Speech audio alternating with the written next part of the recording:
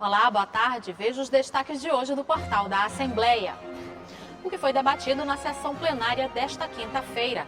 Câmara dos Deputados aprova texto base que prevê mudanças nas regras eleitorais. Sancionada a lei que institui o Dia Estadual do Combate ao Assédio Sexual. E o trabalho de ecoterapia desenvolvido pela Polícia Militar do Maranhão, que ajuda mais de 100 praticantes a cada semana. É agora no portal da Assembleia.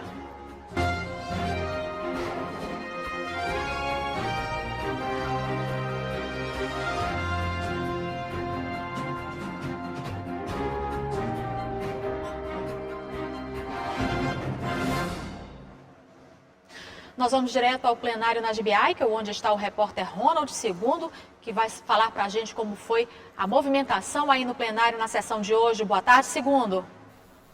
Olá, Eli Coelho, boa tarde a você, muito boa tarde aos telespectadores da TV Assembleia. Muito bem, Eli, estou realmente aqui direto do plenário da Assembleia Legislativa. A sessão plenária foi bastante movimentada, acabou agora há pouco, os trabalhos conduzidos pelo presidente da Assembleia Legislativa, o deputado Otelino Neto. Olha, durante o pequeno expediente, nós tivemos o pronunciamento do deputado Wellington do Curso. O parlamentar voltou a fazer críticas ao governo do Estado e pediu a nomeação de aprovados em concursos públicos. O deputado Wellington aproveitou ainda para pedir a redução de ICMS relacionados ao preço dos combustíveis no Estado. Quem também falou, Eli Coelho, nesta quinta-feira foi o deputado Luiz Henrique Lula da Silva. O parlamentar destacou algumas ações relacionadas à valorização da cultura maranhense, inclusive anunciou a apresentação do projeto de lei que torna a toada Maranhão, Meu Tesouro, Meu Torrão, como patrimônio cultural e material do Maranhão. Essa é uma maneira, a gente sabe bem, de homenagear também o cantador tão conhecido Humberto de Maracanã. A sessão plenária, Eli Coelho, segue acontecendo de maneira híbrida, o que possibilita os parlamentares a participarem tanto de maneira online, né, por meio da internet, como também presencialmente aqui direto do plenário da casa. E foi o que a gente acompanhou. Tivemos uma votação bem intensa durante a ordem do dia, foram mais de 40 itens apreciados, enfim, uma movimentação bem produtiva aqui no Parlamento Maranhense. Exatamente sobre essa rotina de atividades, Eli, que eu converso agora com o diretor-geral da mesa diretora aqui da Assembleia Legislativa, Braulio Martins. Diretor, seja muito bem-vindo ao Assembleia em Foco. A gente tem observado uma certa retomada gradativa dos trabalhos aqui no Parlamento Maranhense. Vale lembrar, vale frisar que não tivemos em nenhum momento algum tipo de interrupção, mas em razão da pandemia, diretor, há necessidade de algumas medidas restritivas. Como é que tem sido flexibilizadas essas medidas? Segundo, o trabalho legislativo, ele envolve contato, pessoas, sociedade civil, parlamentares. Isso é uma coisa que é peculiar, intrínseco ao trabalho legislativo. Nós estamos na segunda semana do mês de agosto, a Assembleia está voltando ao que a gente pode chamar de sua normalidade. As sessões já estão acontecendo, ainda temos alguma restrição em relação à galeria, participação da imprensa, mas isso tudo está sendo ajustado. As comissões já estão voltando agendar audiências públicas por meio híbrido, tanto presencial quanto através do sistema remoto de videoconferência, e a gente vai, aos poucos, caminhando para tentar voltar ao normal, se é que isso vai ser possível, né?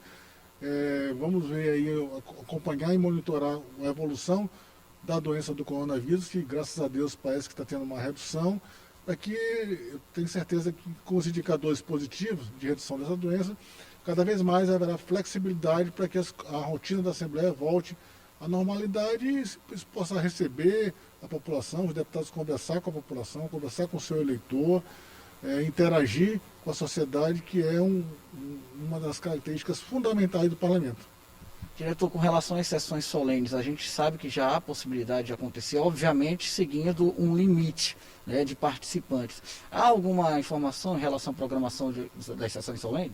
A resolução legislativa que permitiu a reabertura dos trabalhos, ela trata também das sessões solenes, que devem ser realizadas de forma híbrida, tanto presencial com os homenageados, quanto por meio remoto com os convidados. Então, já temos duas sessões agendadas, a gente vai organizar essa sessão dentro do que a mesa determinou na resolução, para que a gente comece também a fazer essas sessões que há muitas homenagens a ser prestadas que ficou acumulada desde 2020.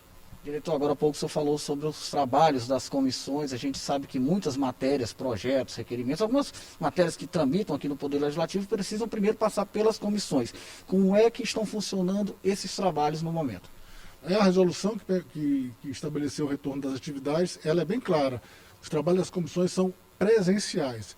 Então, os membros da comissão, eles têm que fazer reuniões presenciais. As audiências decorrentes desse trabalho, sim, poderão ser híbridas, com participação de autoridades e também com a participação através de videoconferência. Mas as reuniões ordinárias, elas deverão ser presenciais. Diretor Braulio Martins, muito obrigado pela sua participação aqui na TV Assembleia. Eli Coelho, é exatamente isso. Eu lembro que hoje nós tivemos a última sessão plenária da semana. As sessões estão acontecendo às terças, quartas e quintas-feiras, sempre a partir das 9h30 da manhã, com transmissão ao vivo, é claro, da TV Assembleia. A galeria, por exemplo, que é um espaço reservado para que o público possa acompanhar as atividades aqui de maneira presencial, segue fechado, né, obviamente, em razão da pandemia do novo coronavírus. O objetivo do Parlamento Maranhense é reduzir os riscos de contaminação e propagação, mas as atividades seguem acontecendo de maneira intensa aqui no Parlamento Maranhense e você pode acompanhar ao vivo toda essa movimentação aqui no plenário durante as sessões plenárias por meio da TV Assembleia. Eu volto com você, Eli Coelho. Obrigada, Ronald. E a Câmara dos Deputados aprovou o texto base da proposta de emenda à Constituição que prevê mudanças nas regras eleitorais.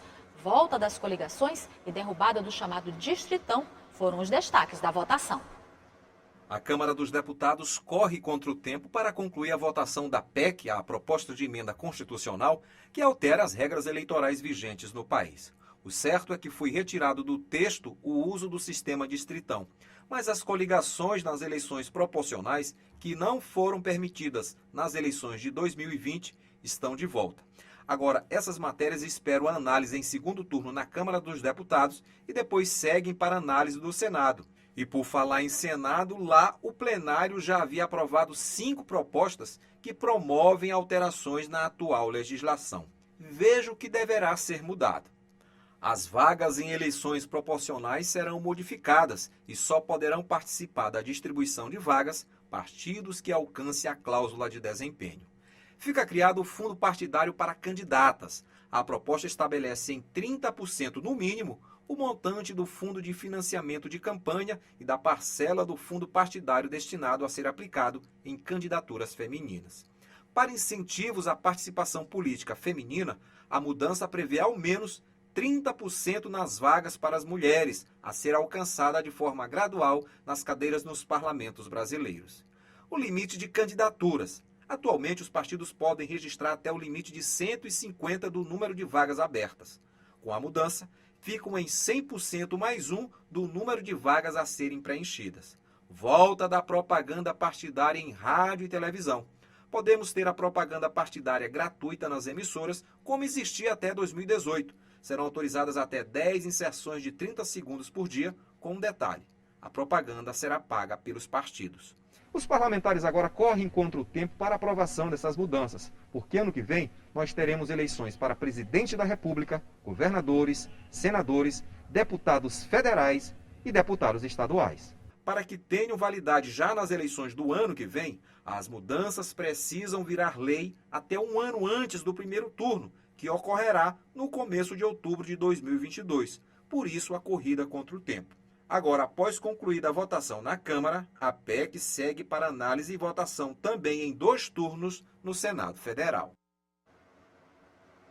Um levantamento feito pela Consultoria de Inovação apontou que metade das mulheres já sofreu algum tipo de assédio no ambiente de trabalho. O Senado aprovou um projeto de lei que combate o assédio em ambientes corporativos. No Maranhão, um projeto de lei da deputada Daniela Tema, que institui o Dia Estadual de Combate ao Assédio Sexual, foi sancionada pelo governo do estado. O dia 16 de dezembro foi instituído como Dia Estadual de Combate ao Assédio Sexual. A lei foi iniciativa da deputada Daniela Tema.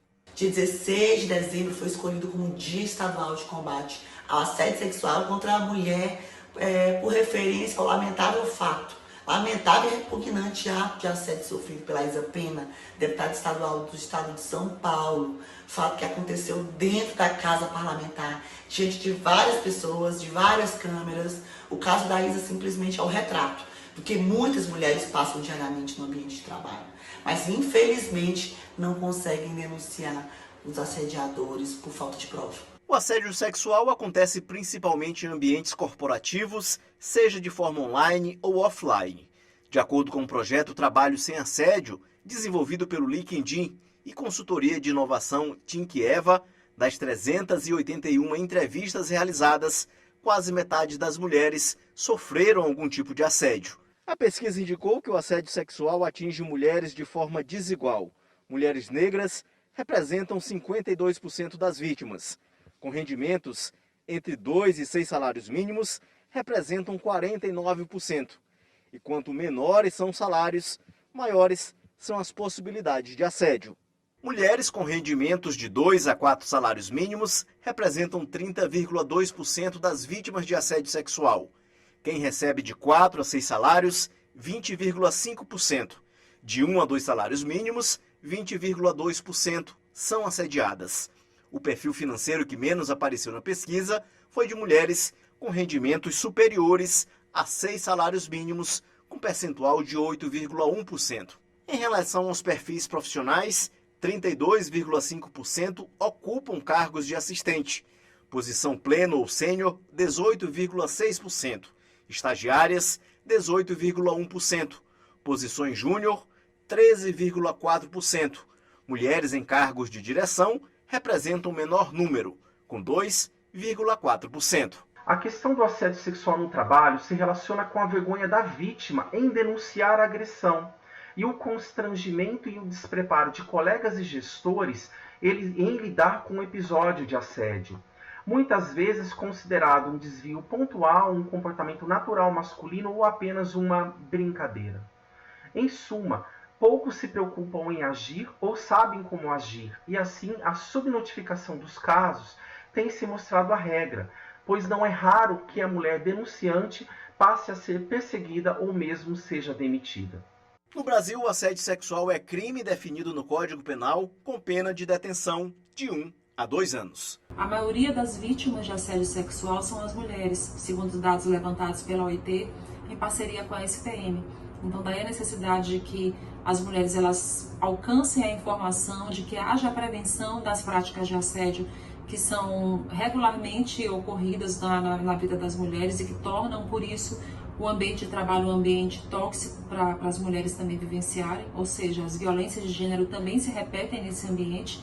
E aí da necessidade também de saber dos canais de denúncia. Ela pode fazer esse tipo de denúncia através da própria delegacia online, que também está disponibilizada para todos os casos ocorridos no nosso Maranhão, como também presencialmente em qualquer delegacia de polícia. Se estiver aqui na capital, nós temos a Casa da Mulher Brasileira, onde nela funciona a Delegacia Especial da Mulher e o Plantão Especializado de Atendimento à Mulher, em que ela pode fazer o registro e pedir providência sobre aquela situação.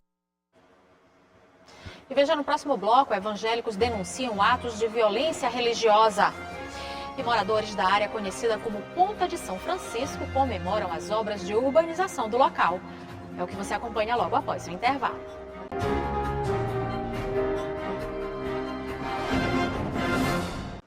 Fiéis que fazem parte de igrejas evangélicas denunciam atos de intolerância e violência religiosa. A deputada Mical Damasceno repercutiu as denúncias na tribuna da Assembleia Legislativa.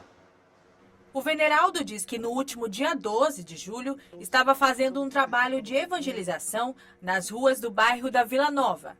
A ação teria sido paralisada por conta de agressões. Segundo ele, intolerância religiosa. Uma coisa é você chegar e dizer que está acontecendo algo e pedir para a gente para na mesma hora. Tem certeza que nenhum de nós iria fazer esse problema. Se a gente fosse informado, nós estamos aqui, tem alguma coisa acontecendo, está atrapalhando, a gente saía sem problema. O primeiro contato já foi ameaçador. Então não tinha como, não houve oportunidade de diálogo. Para esses evangélicos, a importância de levar a palavra de Deus é uma forma apenas de agradecer pelas transformações em suas próprias vidas. Nós respeitamos o direito de expressão o direito de religião, cada um pode professar a fé que quiser, nós respeitamos isso. Jesus disse que não é pela força nem pela violência, até Deus, que é o Todo-Poderoso, respeita o livre-arbítrio do homem. Então ele nos ensina isso também, a respeitarmos uns aos outros. A intolerância religiosa não é um fenômeno novo. Vem desde o início da colonização portuguesa. A palavra intolerância significa não aceitar aquilo que destoa do que se deseja. A deputada estadual Mical Damasceno vem denunciando o que considera ser violência religiosa sofrida por grupos evangélicos. Já estamos acompanhando o caso, os nossos advogados já foram acionados e os irmãos alguns já participaram da primeira audiência. Inclusive já falamos isso em tribuna, né, a respeito da intolerância religiosa, do alto índice aqui no Maranhão. Isso não é a primeira vez, já teve casos na cidade de Coroatá, também no município de Arari. E com isso, a gente pede aos nossos irmãos que, quando acontecer qualquer situação, que denuncie e que nos procure, que estamos aqui à disposição, porque a gente trabalha nesse sentido, porque nós representamos o segmento evangélico. Moradores de uma área em São Luís conhecida como Ponta de São Francisco comemoram as obras de urbanização no local. O programa de aceleração do crescimento está proporcionando melhorias, garantindo espaço de lazer para quem vive na região. A visão é privilegiada do centro de São Luís, da Ponte do São Francisco e do Palácio dos Leões, sede do governo do estado e casa oficial do governador Flávio Dino. A área é mais conhecida como a Ponta do São Francisco. Tem mais de 8 mil metros quadrados, foi aterrada, está recebendo calçamento e vai ser urbanizada para garantir uma opção de lazer aos moradores da área que antes reclamavam da situação do local. A Maria das Neves nasceu na rua Manuel Lima há 43 anos e conta que a obra é um sonho antigo dos moradores do bairro. Que o que era antes, agora ficou melhor, porque antes era cheio de buracos, lama todo tempo, entendeu? E estamos gostando, né? Espero que seja para melhor ainda. A obra faz parte do PAC, Programa de Aceleração do Crescimento, e o canteiro está movimentado. O pescador José Ribamar Ferreira está otimista com o trabalho na frente da casa dele. Ele mora no local há 40 anos e tem uma vista desse cartão postal de São Luís. Ele comemora os serviços de melhoria que estão sendo feitos no local. Aqui vai ser um paraíso para nós, todos nós que somos moradores daqui. Porque aqui tudo era maré cheia. E agora a maré já está para lá e nós para cá. Não é não? Está ficando maravilha. Para todos nós que somos moradores. E veja no próximo bloco o trabalho de ecoterapia desenvolvido pela Polícia Militar do Maranhão, que ajuda cerca de 100 pessoas a cada semana. Você acompanha logo após o intervalo.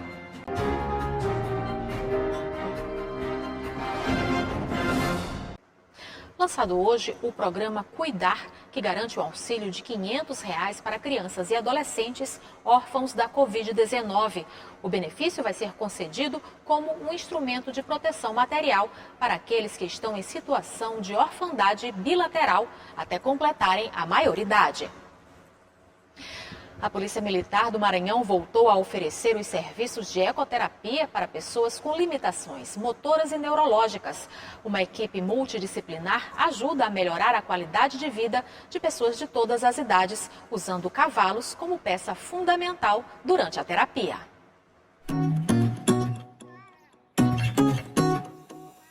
O Léo, de 5 anos, nasceu com paralisia cerebral e há pouco tempo descobriu um novo motivo para sorrir. Quem conta essa história é a tia, que hoje é tutora dele. Eu sempre busquei melhorias, para o desenvolvimento dele. E aí eu já tinha pesquisado sobre a ecoterapia e conheci uma pessoa que já é praticante, Tem a filha que já é praticante, aí eu vim aqui, é um projeto bem interessante, é gratuito, Eu tenho esperança, de que ele desenvolva ainda mais, Porque a ecoterapia, ela tem os benefícios e um deles é o equilíbrio, a postura. Você provavelmente já ouviu falar na ecoterapia, em que o cavalo é utilizado em uma abordagem interdisciplinar nas áreas de saúde, educação e equitação, buscando o desenvolvimento biopsicossocial. Você pode perceber quando a gente estava fazendo o atendimento com o Léo, né? Que a égua faz esse movimento, né? A andadura da égua, ela faz essa simulação, vamos dizer assim, né? Um pouco parecido com o nosso movimento. Além dessa questão dos estímulos, né? Também traz a questão da socialização, da autoconfiança. Os alunos praticantes da ecoterapia são atendidos por policiais militares com formações em fisioterapia, psicologia, fonoaudiologia e equitador. O quadro também conta com voluntários assistentes sociais, nutricionistas, fonoaudiólogos e uma médica neurologista. O comandante do Regimento de Polícia Montada, Major Soares Júnior, destacou a importância da volta das atividades no centro. Bom, o Centro de Ecoterapia da Polícia Militar do Estado do Maranhão já funciona oficialmente há 16 anos. E o que é a ecoterapia em si? Nada mais é do que o tratamento terapêutico e educacional, onde se utiliza o cavalo dentro de uma abordagem interdisciplinar, levando com isso um bem-estar às pessoas com necessidades especiais. O comandante falou ainda da retomada das atividades no centro, que passou por melhorias. Demos uma melhoria nas áreas física, né, para que possamos recepcionar bem os nossos praticantes, tá? E potencializamos os atendimentos, que antes era de 80 praticantes por semana, agora passamos para 100 praticantes por semana.